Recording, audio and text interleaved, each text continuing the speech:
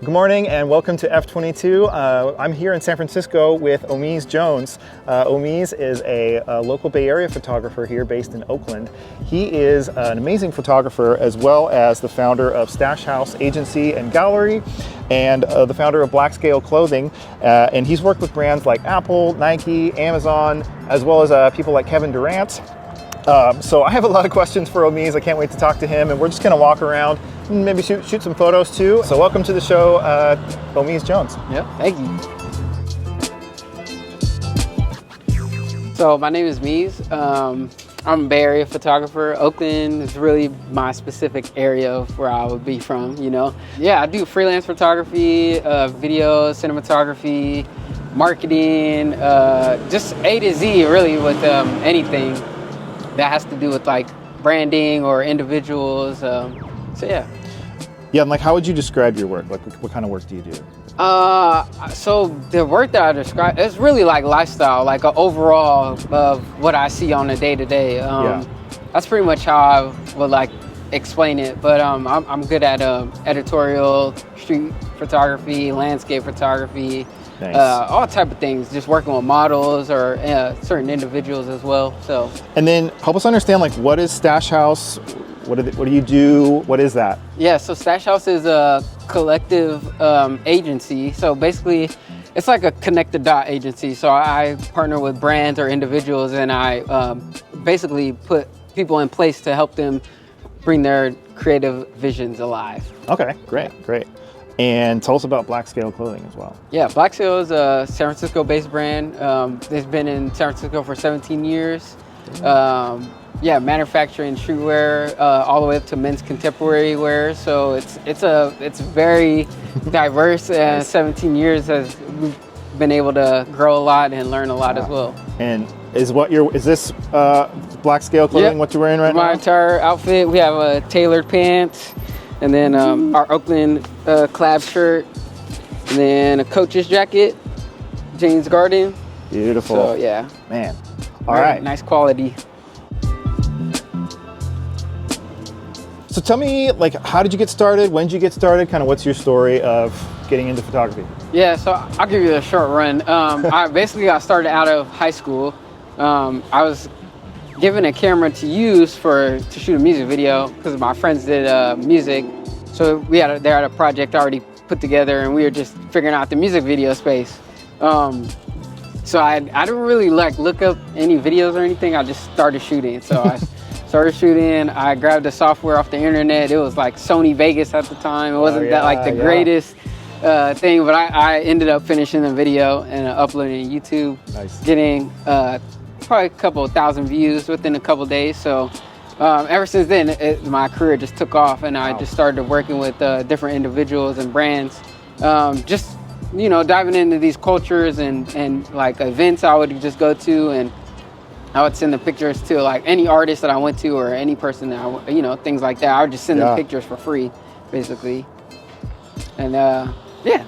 That's how you got started? Yeah, that's how I got started. And then just brag a little, who are you most proud of that you've worked with? Like what's been some of the high points of your career? The highest points, I would say my biggest for now, right now, is Apple and KD. So with the Apple, I did a hometown campaign with them, and we ended up having 8 billboards. So 7 in San Francisco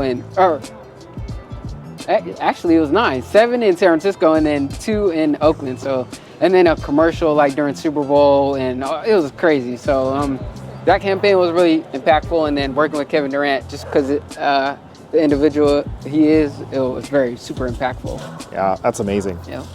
Okay, so you've worked with like Kevin Durant, Apple.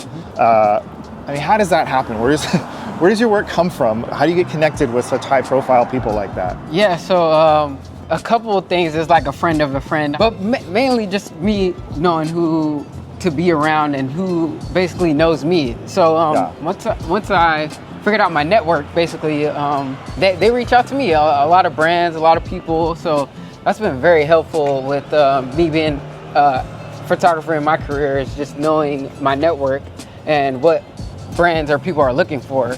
So that's very, having knowledge basically on something is very important. Yeah, so it sounds like it's the community of people that you already have. Yeah, correct. And I mean, where does that come from? How do you know these people? Yeah, it's really just being out. So like being out, being exposed to different events. Again, like I think networking events are super important. And just being in my community is a lot too. So we have a big, small city. It's like a big city, but it's a small community within that city. So it's pretty easy to get around and know people. So once I figured out like those aspects, it just really snowball effect, and it just worked out for my favor. This will go on VSCO right here. Okay, so what are you seeing here? What's making you want to take this picture? I just like this door and this greenery. You just add a little, you know, and it's got a lot of texture with this brick. So what I usually do, I'll just try and kind of center it. Maybe I'll center the door sometimes too. And boom. And then I'll go into like my editing. I'll go to VSCO right now. We'll just pull it up. So I usually go to like one of my favorite filters, one or two of these. Nice. Give them some character. Is that A6 or A8? Yeah, A8, yeah. Mm-hmm. Mm-hmm. And then I'll just add some contrast in there a little bit of color. On the tone, I'll probably warm it up a little bit. Yeah. And then straighten it. Boop. See what else we can do here.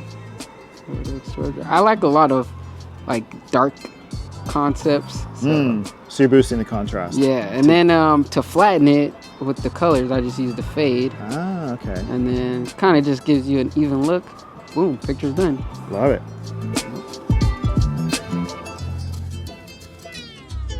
Houses are my favorites right here. I think a lot of photographers want to have their work in a gallery. Right. But they don't know how to get started. They don't know where. How does that happen? Like for you, from the perspective of a gallery owner, right? What would you tell photographers who want to have their work, you know, displayed in galleries? Yeah. What So do they do? The best thing that I've done is bring them examples of your work, like. So just go cold call, like just go to them and say, hey. Yeah, I've gone straight to galleries and like, you know, I have a 30-piece show that I want to showcase. Here's the ethos for it, and here's like, you know, here's my attendance list, you know. So once you're able to show them like the proof of something, they're more than likely going to be able to be like, okay, we could do this, we could make an agreement for this, and you know, that's how I usually lock in my dates and times and things like that. Nice. Yeah, that makes sense. Yep.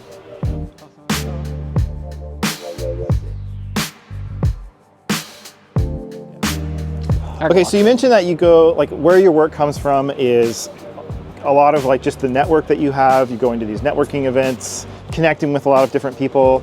I guess maybe talk more about the role that community has in your career, in your life, in your work.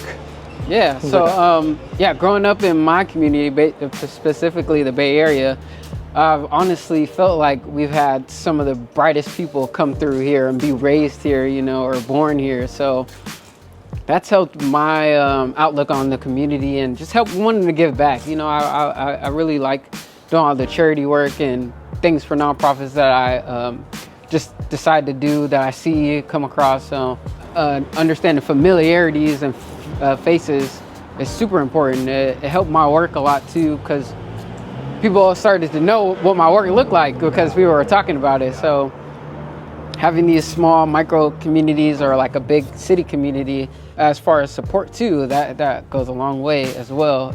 If they know your name and you're doing good within that community, that goes a super long way. I like stuff like that. This is random. And then as somebody that works with brands and content strategies like you do, you know, is there any of that translates to photographers to get more exposure, to get more work? You know, anything that you would want to pass on from kind of your unique perspective in that way? Oh yeah, so experience is pretty important as well. I was gonna say like LinkedIn, like having your good resume, but experience and building on top of that resume would help a lot with your exposure. You know, you want to be able to give people something to see that they could feel like they could trust you with their vision, or you know, the work that they're going to give you.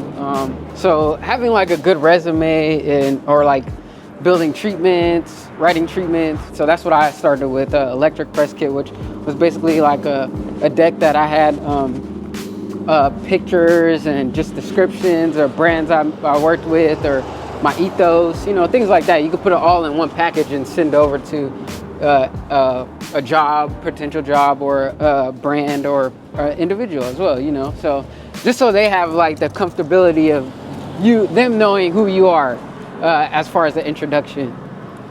That could help a lot. Ooh, they got free books right there too. So with this, I'll try and get their address, not in there. But we can try.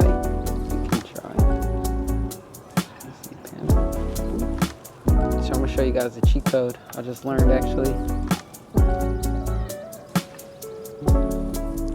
Oh, the pano. Yeah, I just learned this. So if you want wide angle shots, you use the pano. Let's see what else we can take pictures of. You are a mentor yourself, you're an educator. What would you say to somebody that's wanting to get started doing the kind of work that you do? Or even what would you say to yourself, you know, if you could go back in time when you were just getting started? Oh yeah, to the individual, I would say just have a consistency to your story and have like an authentic place that you want to pull from. I try and stay away from like the too much makeup, made up concepts. I like the raw, like you could feel it. Like I could see that you were actually having a moment with this, you know, moment of you're capturing pictures. So I always see my images as like, if I can't print it, I don't like it. Yeah. So I always keep that mindset as well. So you're talking about like less makeup, more raw. Like, did you feel like when you were first getting started that that's what you were supposed to do? And having all the experience that you have now, you know it's different? Actually, what I had the freestyle like mindset when I first came in. Like being a freelancer is kind of like a scary thing to do because a lot of people don't really have like it's not an instruction manual for it. So once you take the risk to start doing that, then you'll start realizing like, oh, well, maybe I can make a nice picture out of something that looks terribly ugly and somebody would be interested in it, you know, just because of how it looks. So trusting my abstract like mindset was another one. And tell me about like when you were getting started. You know, what was that like? What was hard about it? You know, I think we all see people like you and just think like, oh man, I wish I could do that. But nobody sees the difficulty of getting started. What was that like? Oh yeah, you know, just having people believe in you. For me, I don't like to answer no too much, so I don't want to know. So everything I did, I made sure it was like the top quality and the best work that I was producing, you know, for the brand or individual. And that just helped my process even more, just become a better person too. I learned how to be patient because photography is a patient game. Some people want it like this, like instant gratification, but you can't really get that with photography. So I had to really understand that part too. That instant gratification wasn't going to be there all the time. Right. Yep.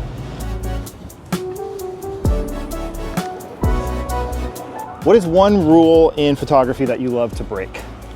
Oh, the one rule is probably no trespassing. That's like that's the number one rule. That's just me personally though. That's because we do come from a counterculture background. So it's like, oh, you see no trespassing, now we're gonna go in there and see what's in there. That was really popular in my time, like abandoned buildings and stuff like that, abandoned warehouses. So I feel obligated as an agent of VSCO to say that you should not do anything illegal. You should be very careful and safe. No trespassing, but do it. If you do it, don't do it. What is an unpopular opinion that you may have about photography? Probably like film photographers are better than digital photographers. Oh man. Why do you think? I think they're both really great. I think there's a way to tell film photography, and I think there's a way to tell digital photography. Do you shoot film? I do shoot film, yes. Yeah, exclusively or? Oh, no, just for fun. So my career would be digital, but my hobby would be film photography. Some of my friends are like career film photographers, some are just digital hobby photographers. So it's cool to see that community and you know, wrap it up. What's the biggest myth about being a professional photographer that you would want to debunk? The biggest myth? I would say that it's easy to be a professional photographer. It's really not. It's one of the hardest jobs in the world, honestly. If you're as in depth with attention to detail as me, I literally look at everything when it comes to an individual. So I'm not just looking at like, oh, this is this person that I'm capturing. It's like, no, I have to see the whole vision of it and make sure I'm protecting everything that's around it, which includes like individuals that they're around, or you know, just knowing what they don't like or what they don't want to have shown. So I'm very particular with what I observe on those aspects. Yeah. All right, thank you so much, Omeez, for your time, for your wisdom. This has been amazing. Tell people how they can see more of your work and get in touch with you if they want to learn more. So on VSCO platform, I go under I am Omeez, IAMOMEEZ. And same thing for my website. You can just type in iamomeez.com, or you could just Google me, I am Omeez, and everything will pop up, honestly. Great. Thank you so much. Of course. Thank you all for watching, and we'll see you next time. Yep.